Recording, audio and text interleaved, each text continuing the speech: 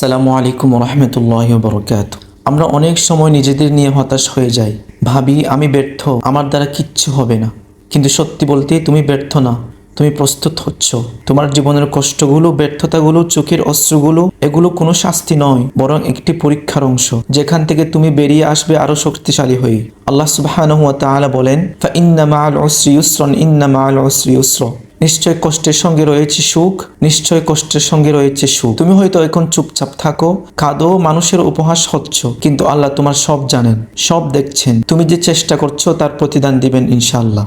দেখো, যে ফুল ফুটে সবচেয়ে দেরিতে সে সবচেয়ে সুন্দর হয়, যে গাছটা বড় হতে সময় নেই সেটাই সবচেয়ে শক্ত হয়। তেমনই তুমি হয়তো দেরিতে উঠছো, কিন্তু উঠে দাঁড়ালে কেউ আর তোমাকে থামাতে পারবে না। তোমার আজকের কষ্ট তোমার কালকের সফলতার রাস্তা তৈরি করছে।